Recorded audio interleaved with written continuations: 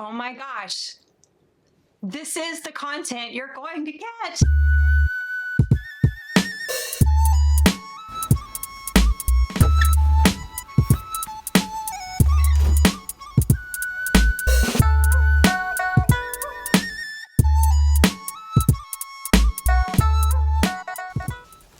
Wow, you guys really delivered when I asked for some of your favorite summer patterns and yarns to use, or the ones you want to make, new stuff about AI, all of it you really delivered in the last week. I have so many comments to sort through and think about.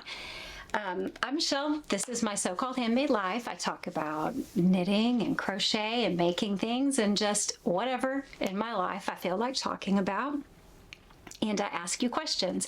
I usually have like one main question in the notes on YouTube, but then you can say whatever you want, and whatever you talk about kind of shapes what I speak about in the next episode. So we're having a little back and forth here. I think you should just get out your phone or your iPad or something and open to your queue and get ready to just queue thing after thing in this list of projects and yarns that you guys told me about. Many I did not know about. So this is going to take so much editing time because I'm going to try to put in photos and text for them here. We'll see. That'll take forever. But I do want to mention them, and I will have links to every pattern or thing discussed. Always the full notes are on my blog, and there's a link to that under the box in YouTube. But I do put some of the notes in the YouTube description. It just limits your character usage. So I had a really cool idea for something I wanted to do for a video this week with you guys, bring you along, but I pulled my back and I couldn't do anything I planned. I might have a little video where I talked about that some. I just sat down and started talking to you and knitting. I'll see if I put it out. I'm still on the fence about how personal to be here because I kind of got bit a while back, and I don't know. I don't want to like not be myself, but at the same time, you know, the internet. So I am better. I'm fine. My back is mending. It's not anything serious. It's just a thing that's been happening since my 20s. Every once in a while, you know, you lean over to pick up a piece of paper and your back goes out. Doesn't matter what you were doing that was completely active and weight bearing the day before. Very strange, but I'm going to be fine. In that time, I did get to work on Fernwood and I finished it completely. Hey, kitty. Oh, do you want to see Kitty? Come here. Oh, I know you're going to be mad at me. Ooh, mew. This is Hazel. She's so beautiful. She's not very nice, but you know what? It's not that she's mean. It's just that she's misunderstood. She gets charged up when you pet her. She gets charged up fast. And then all she knows to do with it is to hit. You ever hang around a toddler who they might be feeling a lot of joy or love for you and they'll hit, or for their friends and they'll go whack and thump somebody? They don't know what to do with all that. That's what she is. She's just a little toddler. Like, she likes it because she's pushing into me. I got to work on my Fernwood cardigan. That is by Jane Richmond, and I'm doing it in some Lion Brand Thick and Quick that I've had for a few years. I had to order one extra skein, and I'm really glad I did because I think I'm going to need just a tad of this for my second pocket. So I think I showed you this full cardigan, all done. Lots of ends to weave in. Won't that be fun? And somewhere here, I have a little pockety. Here we go. One pocket is done. This is a really good way because it's just like a small swatch. And by the way, that would be a smart way to swatch for this sweater, is to just make the pockets and see if you got it right. And if you did, yay, you're that much closer to being finished. But can you see the light through it? My first go round with knitting the sweater, I didn't finish it because it was too dense. I was not following the gauge correctly, and I thought, well, I'll just make a larger size, and I want a nice, substantial, obvious moss stitch. And I think I thought this was too drapey and the moss wouldn't show. But I think in reality, this is the perfect gauge. Of course, like, look how drapey it is. It is perfect for a garment, but I think the moss stitch does show well. And especially when it's against you, it's a very clear moss stitch pattern. So one more of these to make, and I am finished with Fernwood, and then I have to, like, I don't know. I won't probably go outside to take pictures. I'll probably find a fairly neat corner of my house to do it. You guys mentioned, a lot of you enjoyed that video about the lately pullover, because not everyone knew a lot of Shannon Cook's patterns. So I'm really happy to have introduced you to those, because she's one of my favorite designers. Lori and Pam both have appreciated the Amber Earl and Hudson patterns, their shawls. And Lori and Ivana, you mentioned that you liked the capsule. You should really make one. It is super classic. It's fun, and you'll keep it forever. I just think it's one of the best cardigans I've ever knit. I recommend it. Christy made a Veronica, and I actually went to her Ravelry to look at it. You can see it's Christy's from Christy Archer or Christy Archer Designs. I don't know which it is on Ravelry. I think just Christy Archer. But her Veronica by Shannon Cook was knit in just like budget hobby store yarn. It's black, it's very chic looking, and I don't know, it just makes me want one so bad. And I find that very approachable when you see a cardigan or something nice that looks good, but it's made affordably. I feel like that's an encouragement to people knitting on a budget. I think that this is going to be that way. I'm sure I'm going to get it all pilled up by wearing it too much, but I'm excited to have a budget type cardigan. But she wore that Veronica to pieces, she said. I actually think I have enough wool for one, and I really want to make it, especially after seeing yours, Christy. I did think, though, a black cardigan is something I need. It's just super basic and goes with everything, and I don't have one. And I have not wanted to buy one because it's just wrong when you can make one to buy one. Also, I wanted to thank those of you who commented on my sweet grandmommy on her picture. She was a sweet grandmommy. And I appreciated the things you had to say, Karen and Pam, about striving to create those bonds with family members or between family members. And Virginia, your special relationship with your grandmothers. I thought that was really, just thank you for sharing that with me. I wish so much. They went on a crazy bike thing where you ride a lift up the top of a little mountain, in Texas, and then you ride down, and I just, hoped everything would be good and tried not to think about it. I said a prayer, and that was that. There's nothing more I can do. But they're fine. They're on their way home. Oh, yeah. I wish so much that I had started crocheting when my grandmother was actively making things, because she made tons of things for a few years, and I didn't know how. And so later, when I started knitting, she felt like her arthritis kept her from doing it crochet. And I even started to crochet some, and she loved it, seeing my stuff, pictures of it, but she just didn't feel like she could anymore. I wish we had been able to crochet together. She, actually, I was in 3rd grade, and they had this little, extra thing. They would pull a few kids out of the class, and we could do like this extra learning stuff. And I guess it's like for enrichment. And the teacher had the boy in the group learn Morse code, and me and another girl got to learn to crochet. And we crocheted covers for wire hangers.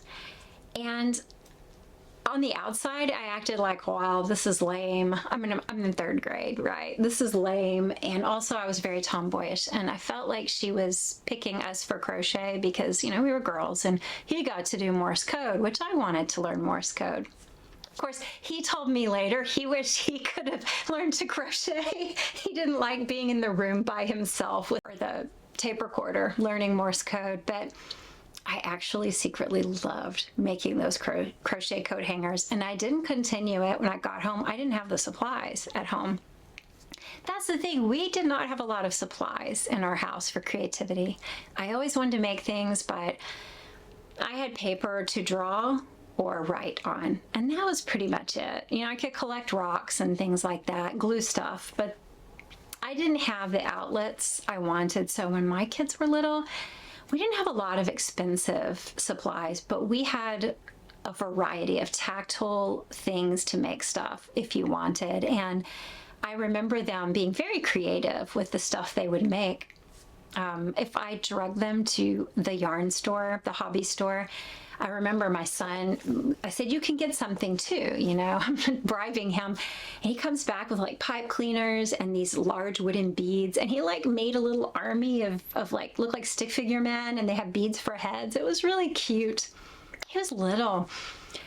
I always wanted them to be able to indulge that. But I did not indulge it crochet with my grandmother, and I always regret that. As far as the knits I showed you in the last episode, I got a lot of you got ideas from them, and Katie basically saw her own wardrobe reflected. We've knit a lot of the same summer knits, but the difference is Katie does not hold on to them once they're past wearing. She'll repurpose, rip them back, or give them away. And she's very good about that, and I am not. Karen is probably my one item in, one item out role model. I mean, she's very good after years of moving, and she talked about it in the comments of our stash busting episodes. She just doesn't like to be encumbered with a lot of things, that she's very good about getting one thing in, so one thing goes out. Except when it comes to digital storage, which really doesn't take any room. She's pretty obsessive about that. And she's also my role model for storing things digitally. So when I discussed, you know, what things are comfy to wear in summer, I showed you my raw tee, and then I showed you a little extra video where I was working on it. And let me flip this right side out. Oh, I have so much done on it. The body is almost done. I am on the edging. So it's really bunched up. It's going to be at least 24 inches long, maybe 25. And the edge is really cool. You basically bind it off. So I got to, I think, 24 inches. No, I got to about 22 inches, maybe 23. I don't know. I didn't stop to measure very carefully. And you bind off, and then you pick up underneath it to get that little rolled looking edge that gives it, kind of like in the back, it gives it this deconstructed seamed look. And I had a method I figured of doing this. Like at first I just started picking up and trying to do, you know, every stitch, and it got kind of confusing when you're looking at the purl rows in the back. Just sometimes you pick up 3 where you should only pick up 2. And so I ripped back. I mean, I pulled my yarn out and I started over, and I counted my stitches like to 10. And I would put a marker in after the 10th stitch, and I would pick up counting 10 stitches. They didn't have to be exactly in the right purl bumps on the back, but I just needed 10. Then I would get another marker, 10 more, and do the same thing. It was a bit tedious, but I actually got I'm maybe 2 stitches short on the whole body of the amount of stitches I should have, and I don't care about that. I'm experienced enough to know that won't make a big deal. I think it's really interesting, and this is a smaller needle than the body was knit on. I guess to almost give it a bit of like a band at the bottom. I'm not sure. I would think if you picked up stitches off a bound off edge, it might flare a bit. And so, using a smaller needle will help with that, but I believe the entire bottom edge is knit in a much smaller needle, like a size down. So I'm interested to see how that works out. And if it doesn't, I'll just rip back and start it, not the whole thing over, but just start the bottom edge over. The sleeves, the neckline, that shouldn't take as long as this bottom edge. I'm really excited. I'm getting very close. In discussing what is comfortable for us to wear in the summer, I showed you this is my idea of summer perfection for comfortable handmade garments. I also have a blog post up that's specifically about Lindy chain and my use of it and why I like it and what I know about chainette, which isn't a ton, but there's actually not a lot online about the method, how they actually make the chainette. So I have a post about that and my experience with it on the blog, which I'll link in the notes. And then I also list a few alternatives, but you guys have given me a few new alternatives that I need to add to that post. Karen mentioned that she loves linen in the summer. And I like that you called it posh looking, but at the same time, you can get on the ground, roll around, be dirty, and it's not a big deal. Karen lives by the beach. And that is true. I can attest to linen cleaning up well. I wore a linen cover up, the hot sands that I showed you. I wore it to the nasty Gulf Coast beaches. Oh, they're just nasty. And it tolerated the dirty water. It's like mud, right? And the, flesh-eating virus sand, and it washed up perfect, no stains. It was really remarkable because a t-shirt sometimes could come out grungy after going to the beach, but that linen cover-up didn't. So you are correct, Karen. That's been my experience too. Lisa does know what the Texas heat is like because she came to a convention or conference in Austin a few years ago, and it was 115 like every day. And yeah, it's not been that bad this year, but it's been pretty bad. Adina was noting that her tastes in yarn, like I started with bulky yarn and have moved to fingering. Hers have changed too, from bulky to fingering and now lace weight, quite a bit of it. And I'm wondering if that's because, when I started knitting, it was early 2000s, a lot of independent books and things were coming out and patterns, and there was a rush of patterns, often for people who had no experience with knitting. And bulky, from worsted to Aran to bulky, that is typically considered easier for people who are learning to figure out their stitches. It's just easy to read, easy to work with, and things knit up quickly. I wonder if that's part of it. So that was the trend of what was offered to us. But also just when you're learning, bulky tends to be a favorite. So I did a lot of those, but not in the summer. Okay, so now get your cue ready, because this is your recommended pattern and style ideas, and there's quite a few. Linda suggested the Quayside tee by Tanis Lovely, and it's a really bright striped summer tee. It is DK, but the sample is DK, but I could do sport in that, and I wouldn't care if it's an airier fabric. I always love the stripes, always. But Linda is like me, and after knitting some really beautiful DK or worsted weight summer tees, has just realized it has to be DK or lighter. It's just not going to be comfortable otherwise, even if it's sleeveless, even if it's cropped. But when I talk about striped summer tees, I wondered if you guys have seen Albina McLaughlin's Seaside Disco tee. It just came out. It's like a drop shoulder tee. There's a bunch of varieties. I guess her test knitters did all different things. So some have button detailing, stripes, color blocking, solid. Some are longer sleeved, some are short. And last I checked, it was 40% off. I'm not sure if it still is, but I have found that her patterns are on the lower end of price. Not that they're not worth the higher end, but they are a little more affordable. I did want to recommend that. And I I think there are versions knit in fingering weight, but I think it's for sport weight, but I would totally just do fingering for that seaside disco.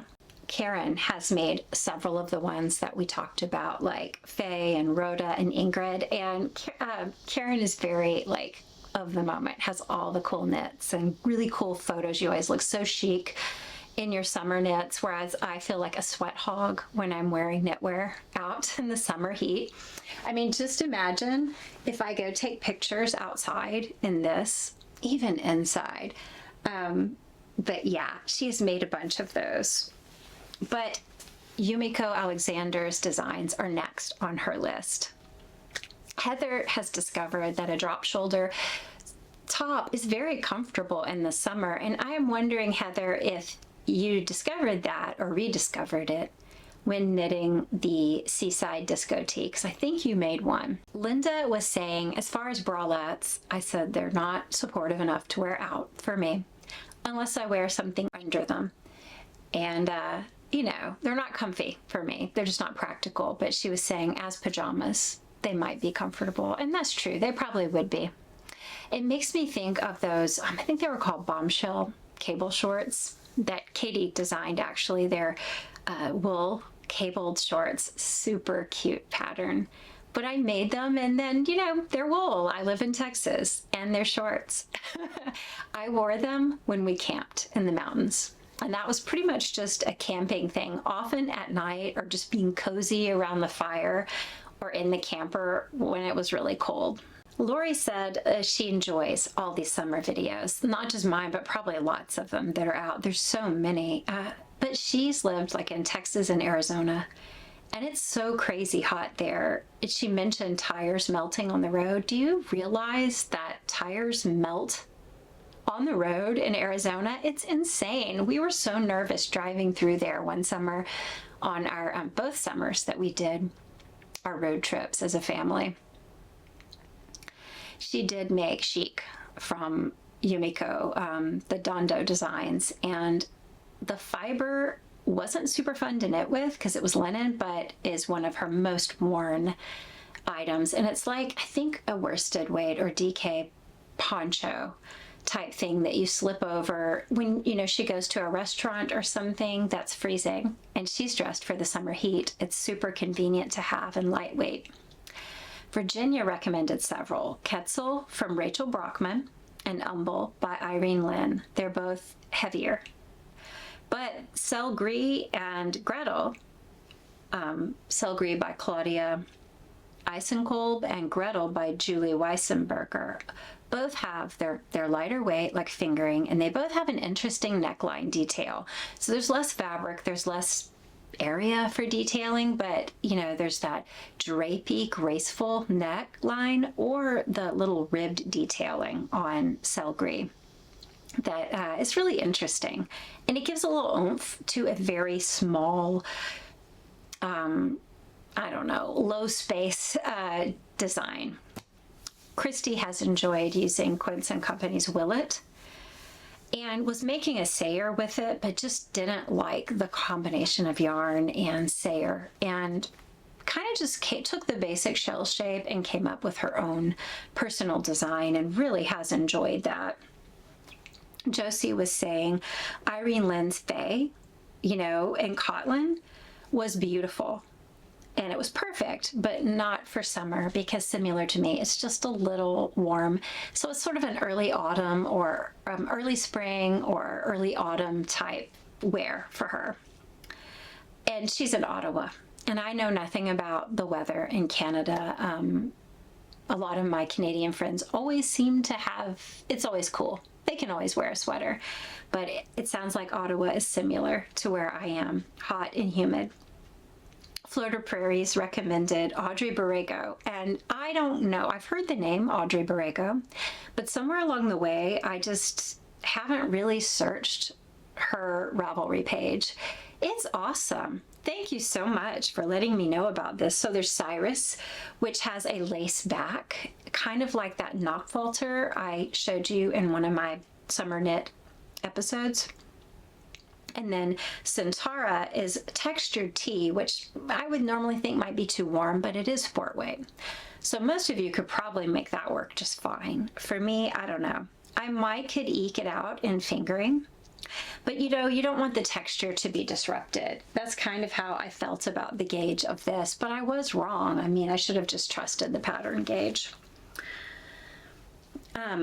Oriad is a sport weight tee, but it has a little textured stripe detail. That's another one that's lighter weight, also by Audrey. And I think that has a retro feel, kind of hipster. I don't know, it makes me think of Kramer for some reason, maybe because he wears those Godebert shirts. Rosamond is really cute for stripes and color blocking. It's very geometric fun. But when I got to Audrey's site, I did the thing I always do. I'm there, focused, summer knits, comfortable, things I can cue and really make to wear. And I am just completely distracted by bulky sweaters. Like the Tellurite colorwork sweater, it's intense colorwork over the whole body of the sweater, but the sleeves are solid. I loved it. The Quelisma, it's a textured shawl, very heavy looking, very winter. And the Marine, I don't know if I'm saying many of these things I won't say right, but I'm just going to say them with confidence and project, and maybe no one will notice. Marine colorwork scarf.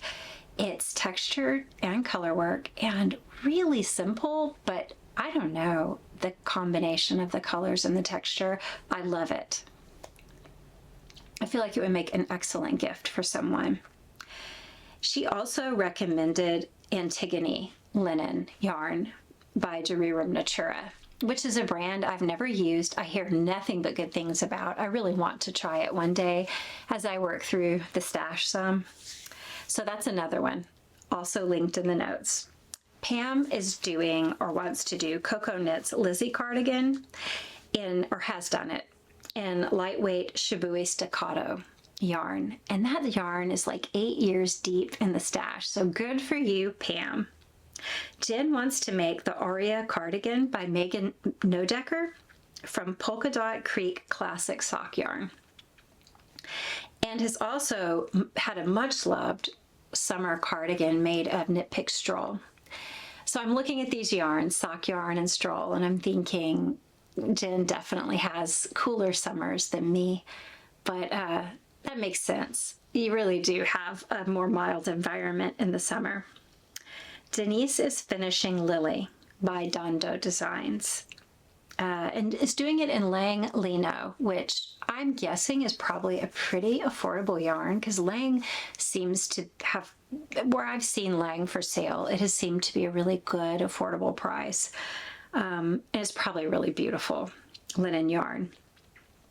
But the sample for Lily is in Dandoh's brand of linen, which is worsted, a little heavy for me, but it is another chainette design, and I was excited to see that there is more chainette styles. Also, she's doing Joni by Natasha Hornsby, and I love that design. I think it's really beautiful, delicate, and interesting details and texture. It's a bit close fitting for me in the summer, but it is a great design. For normal people, it's wonderful.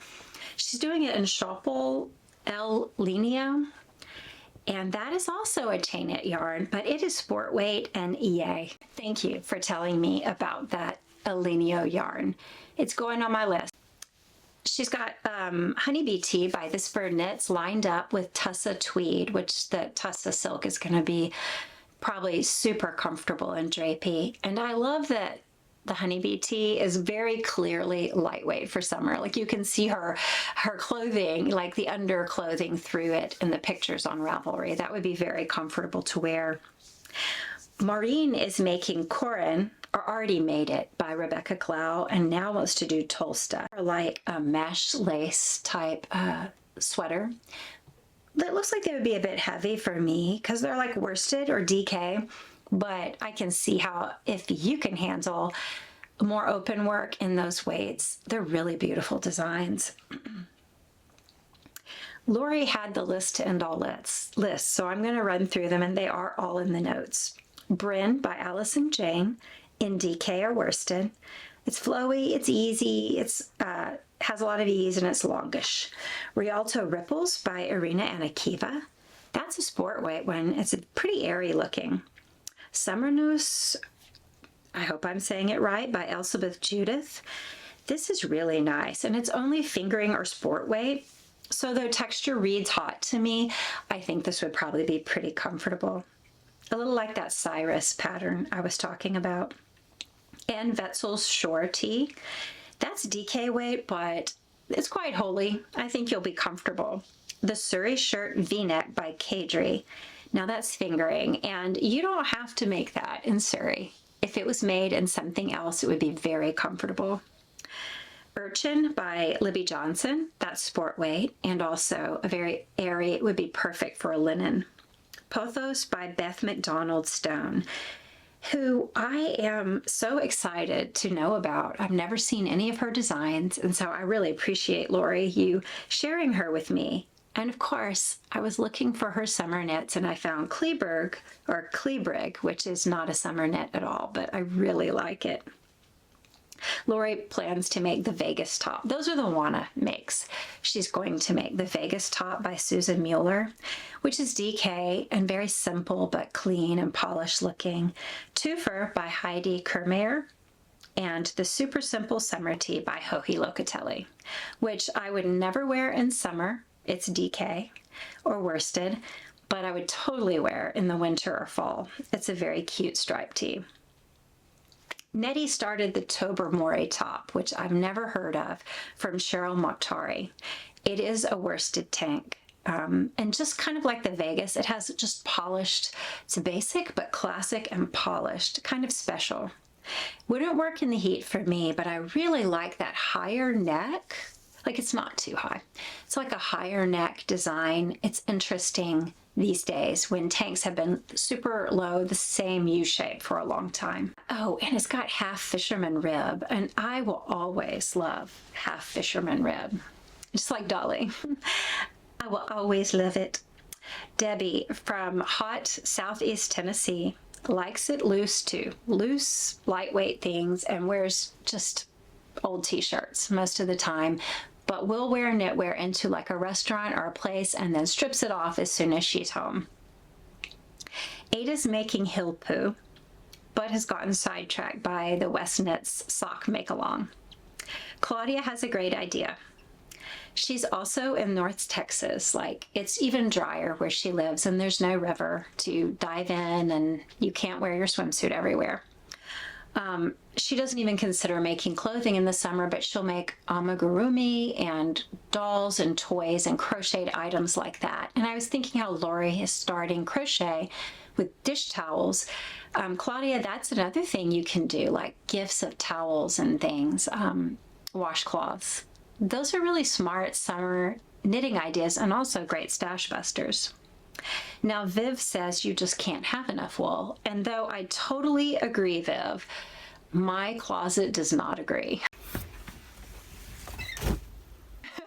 I got to get rid of some of my wool, and I need to start knitting lighter weight things. But Viv might try Lindy Chain. So here's some other yarns besides the ones I mentioned that you've recommended. Lori said Louet Euroflax, which is sport originally. Quince and Co Sparrow, 100% linen. And I've heard good things about Sparrow. Lana Grossa Sommerseide is a 50-50 cotton silk, and it's sport or DK. Macon said that the silk content makes it feel really luxurious on your skin. And Sandnes Tynn, Lana, that's like cotton, viscose, and linen. But it is lightweight. It is fingering. Not a chainette, but it's fingering, and that does sound like a nice blend. Tori is also using a Sandnes line. It's that regular Lina for the Faye top, but found it kind of like me with some of my worsted or DK tops. It was still a little heavy, even though it knit up beautifully. The Tynn line, Christy is using that to make a cumulus. So the Tynn is just lighter weight.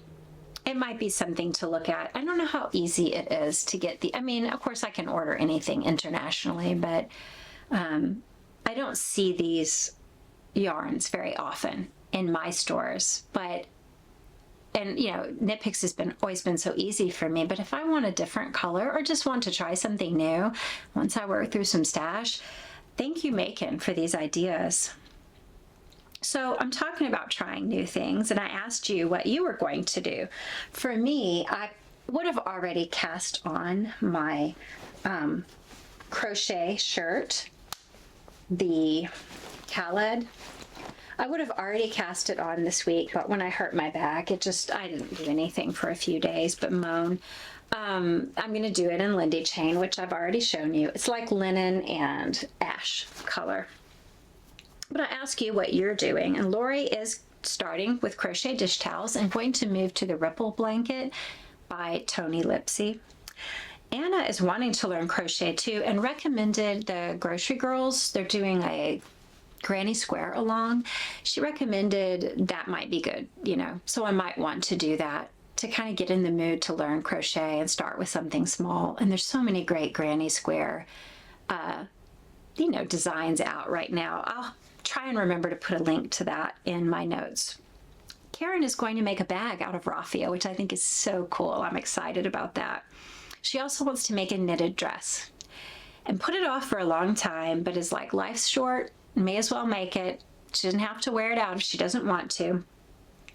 And I agree. I think life's short. You should. I don't think I ever would unless I didn't have pets, because it would just become a giant lint roller for me.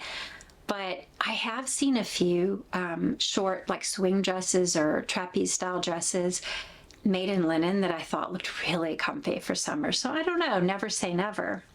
Kaylin actually made a dress, and it was her like dream project. It was crochet, and it was by Olga Poltava, who I've never heard of, but she's got a ton of crochet patterns on Ravelry. Now, I didn't see a dress, but I saw the scarlet skirt, and I thought it was lovely.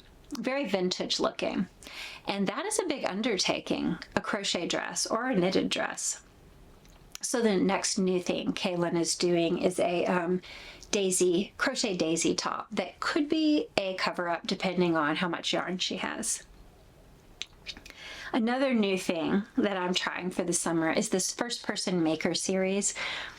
So you've seen a couple. I had a bunch of ideas, and I thought I'll just do it till I run out of ideas. I've actually wanted to do first person videos since I started this podcast in 2018, but I just never got around to getting the tech or the thing to strap the phone or the camera to me, whatever.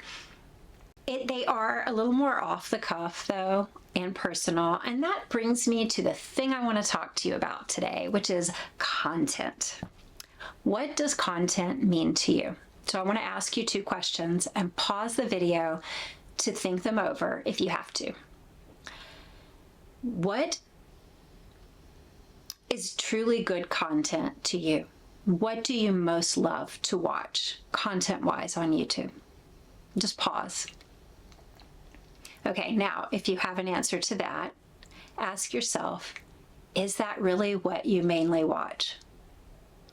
Because I have this feeling that we're not indulging in what we love most, that we are kind of letting a corporation and, for-profit, like algorithms, gear and train us to like certain things and shift us away from what we once liked. And then as we change what we like and we do things, the algorithm learns from us and then we learn from it. And it's like this dance back and forth. And it's like we're part of this focus and value and attention span dance online, but we are part of it, encouraging it. While my back was hurt, I couldn't do a lot, and I laid on the couch and I haven't watched knitting podcasts much on YouTube lately because all my free time has gone to making some. And rather than watch my typical friends or people I normally would just keep up with, I just said a search, knitting podcast, just to see what's out there. I've been studying content and blogging and did that content writing for a while. And then I've been looking at it on video and wondering, where do I fit in this? So I see all these knitting podcasts and I'm noticing a lot of repetition. And I think, possibly that's because there's just so many more podcasts and there's only so much to talk about with knitting. We're all taking our cues from each other. And then, we kind of all arrive at the same ideas at the same time because, duh, like I did a series on summer sweaters. It's summer, that's what I'm making. So that's what I'm going to talk about. But one thing I noticed is that everything is very article style now. Knitting podcasts used to be long form and very vlog-like. They were a log, they were a personal diary sort of. Now they're article style. And one thing about content articles, you've probably heard EEAT, expertise, experience, authority, and trustworthiness. You've got to try and bake it into your video or your content to get the algorithm, just to get the algorithm to pick you up. And then show it to people so they will pick you up. So anyway, I have feelings about all that, but there's so much repetition. And I mean, let's face it, how many of us have much more to offer except experience and trustworthiness? Like, I'm not an authority. I showed you a sock without a heel turn, not an expert. So there aren't a lot of knitting podcasts that have that to offer. There are some, for sure, but not a lot. I miss, like, the personal aspect, and with all this expertise, authority, trustworthiness, I mean, I'm a human being. I'm frail. I'm not a robot. I don't want to be that. Is that really what I want to see? I find I'm not watching article-style videos very much unless they're very brief and I need info now. Like I'm in the middle of some kind of DIY thing and I've got glue all over me and I'm pressing in the search with my nose. I want to get right to the point. Same with health stuff. I went to a thing about a pulled back. I wanted the info. I don't care if you used to listen to Radiohead. I want the info. I am that way about that. But when it comes to enjoyment, I like the personal. I kind of wondered where you guys stand on that. I noticed podcasters open their thing, and I might do it too. We're almost like we're the morning news. Hey, welcome to another da-da-da. It's going to be sunny outside today, and my flesh is going to melt off. I live in Texas. I don't know about you. I feel like it just feels a bit like a show and not a log.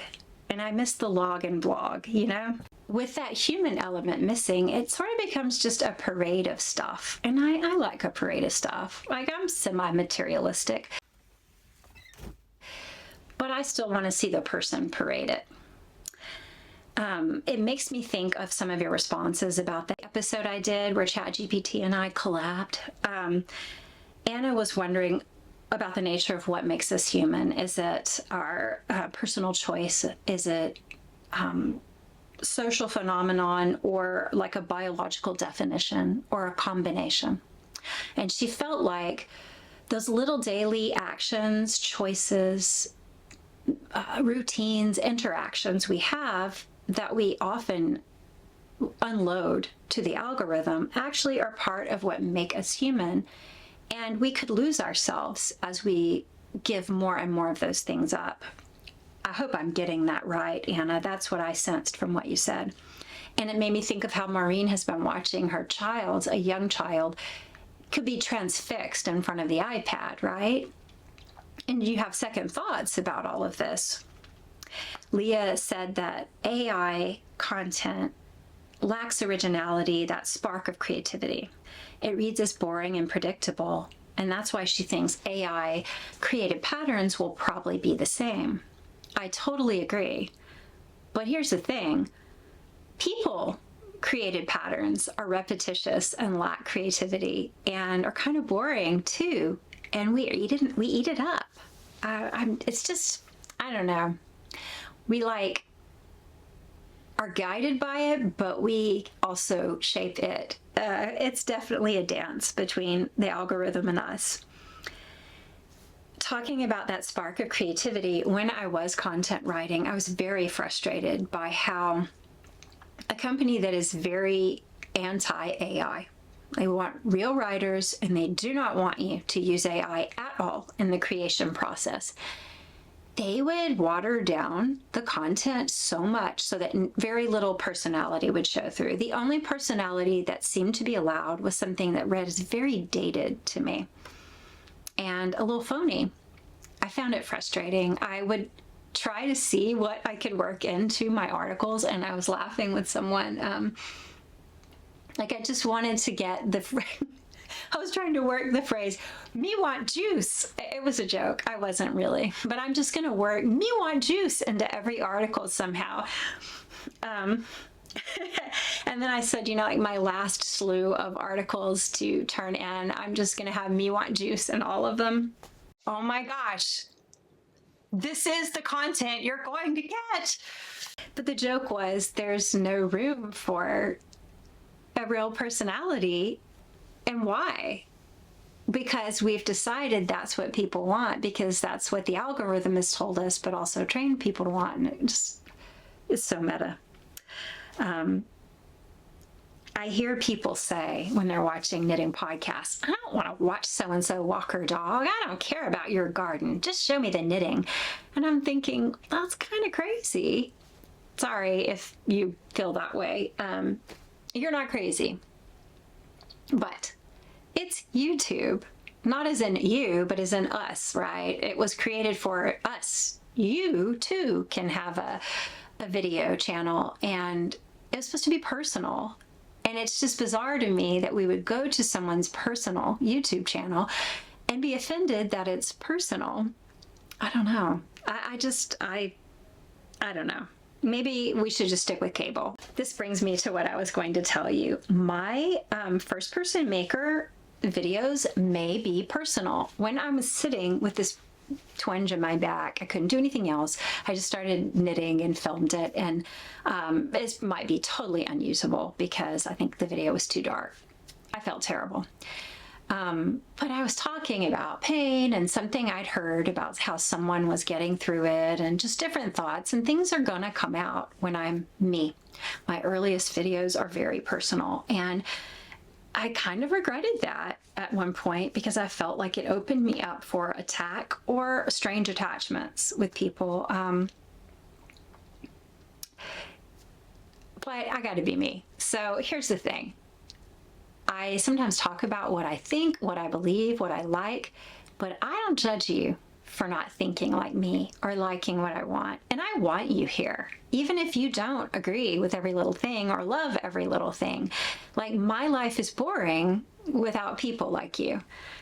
I don't want to be around only people like me. We would drive each other crazy. I like differences. And the one thing I think is a common denominator between me and all the people I like to talk to or watch or know is that we all respect that we're individuals, and we're okay with it. You know, that's like the one thing I gotta have in people I know. But they may get personal, and you may think, oh, that sweet simple soul, that's okay. That's okay. I'm just warning you in advance. So I'm going to break YouTube content rule number one. I'm going to be personal. And then I noticed the length of videos, and there's all these unspoken and spoken rules, you know, every 3.5 days, have a video out, and make sure your video isn't this long or that long, and look at your retention rates and blah, blah, blah. And I'm just going to break that. I don't know that I'm going to do a video every 3.5 days, but when I just relax and have fun doing it, I do put out more. It's just natural, and it's fun. I can't bring myself to like study the analytics of my YouTube page. I still haven't looked at them. I don't want to know. I don't want to know because I feel like they're trying to trap me into caring too much about views. Now, if I could monetize this, I probably would, to help offset the cost of doing it. But I don't know how I would choose to monetize. It would have to be like sponsorships of brands I really like or something. I can't be a cheese ball. I don't know what to do. I don't know how far I'll go with this, but I can't even bring myself to say, and ding the bell. You know, I feel like you're not a dummy. You know what to do. I cannot bring myself to do it. If you see a stunt double sit in front of me, you know, sit in for me and say it, just for a half a second, you'll know why. I don't know. This little quiet hand knitter has rebel issues with certain things. I'm not too proud to ask for things either. Like, you're probably unfriended me on Instagram because you're sick of seeing the pictures of dogs that need to be adopted in Central Texas. I'm not too proud to ask for stuff. I just feel weird about catering to the YouTube rules. By the way, I appreciate, Claudia, your doggy diaper idea. My husband laughed at the idea, but he doesn't know we may be doing that because I love my little dog. But he hasn't had much trouble. We've reestablished letting him out a lot during the day, and I'm at home working, so I can. So here's my question for you. I kind of already said it. What is the YouTube content you most want to see from me? What do you want to see? What is the best kind of content for you? And just keep in mind, I may veto your suggestion and not do it at all, and you know that, and that's fine. But if you like personal, varied, not worried so much about niche or trendy videos, I've got your content right here. But if you don't, I don't know. But I want to hear, what's your idea of good YouTube content that I could make? That was really all I had to talk about. And my card hasn't run out. This was meant to be. Okay. I can't really see myself on the screen. Hopefully I haven't done anything weird, and, hopefully it's visible. You can see everything.